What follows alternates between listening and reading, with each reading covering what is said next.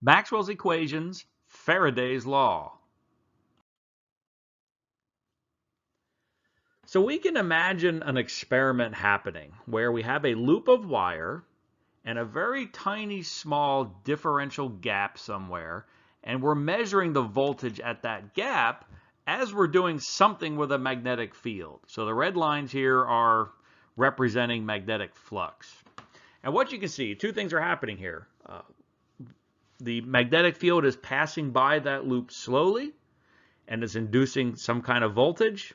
And then it's passing by in the other direction very quickly, and that actually induces a higher voltage. So this is Faraday's experiment, and we can make a few observations.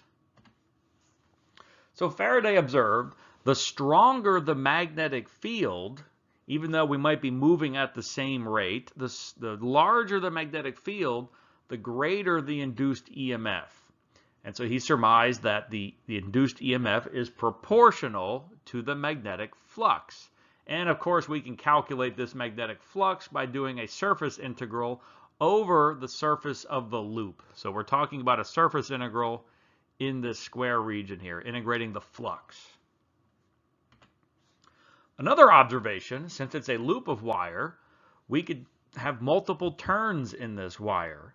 And in fact, the more turns there was, the greater the induced EMF, because it's kind of like each loop can capture its own flux, and the total adds up. So we have this capital N number of turns. Number of turns increases the induced EMF. Faraday also noticed the more quickly that magnetic field was changing, the more EMF was induced. And in fact, if this was a static magnetic field, there would be zero induced EMF. So in fact, the magnetic flux must be changing with respect to time to induce that voltage. And the quicker that change, the more voltage that is induced. So all of these were observations that Faraday tied together into an equation. So to arrive at Faraday's law in integral form, we are arriving and somehow calculating this induced EMF two different ways. This first one is by experiment, which was illustrated on the previous slide. And it essentially said the induced EMF is the number of terms times the time rate of change of the flux. And the negative sign is put here just to enforce our sign convention. Well, to calculate the magnetic flux, we would do a surface integral in the area of the loop of the magnetic flux, which is just B dot ds. So if we integrate that, we get the flux. However, we also have to account for the number of turns of the loop. So we include n here. And in fact, this product, n times psi, is something that's called magnetic flux linkage. And suffice to say for right now, that just accounts for having multiple turns. This is something that we'll talk about in more detail when we get to magnetostatics.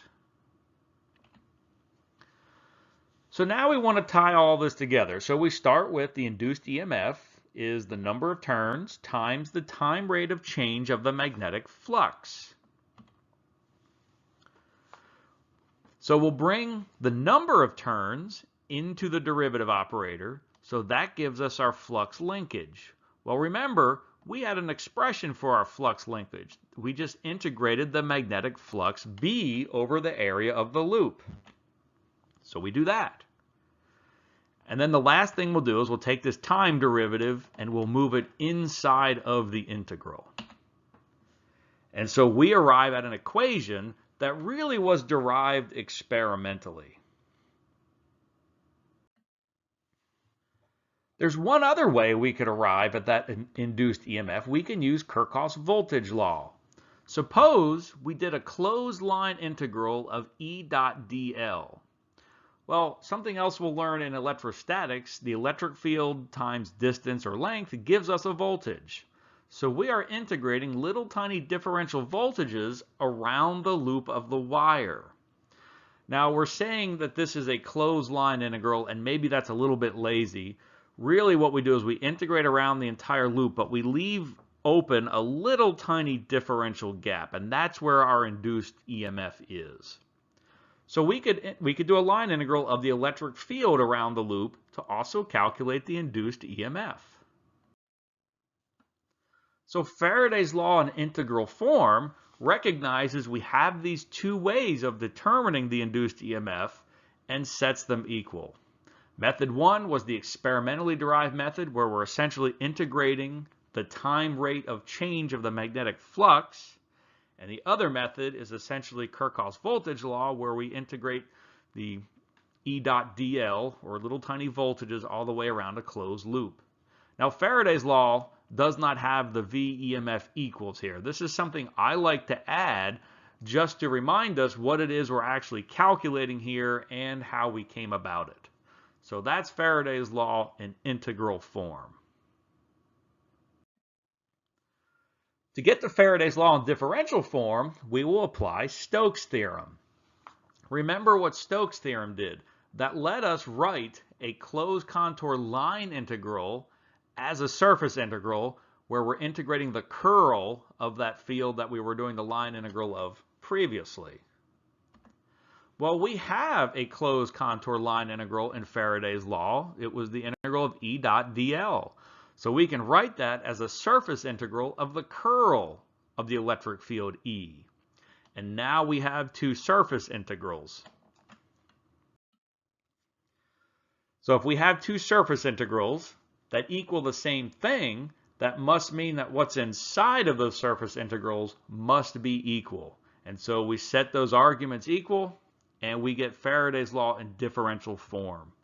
And here's where we see curl for the first time. Del cross E, this is indicating curl. It's the tendency of the electric field to be rotating about some axis. And so if the electric field does circulate about an axis, the axis must be a time-changing magnetic field B.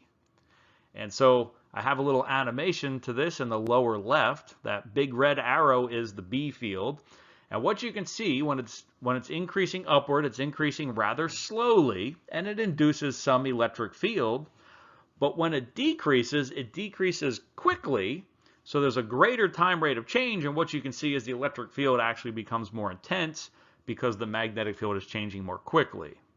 Now, interestingly, this equation works both ways. If we could somehow first cause the circulating electric field, it would induce a change in the magnetic field around the axis of that rotation.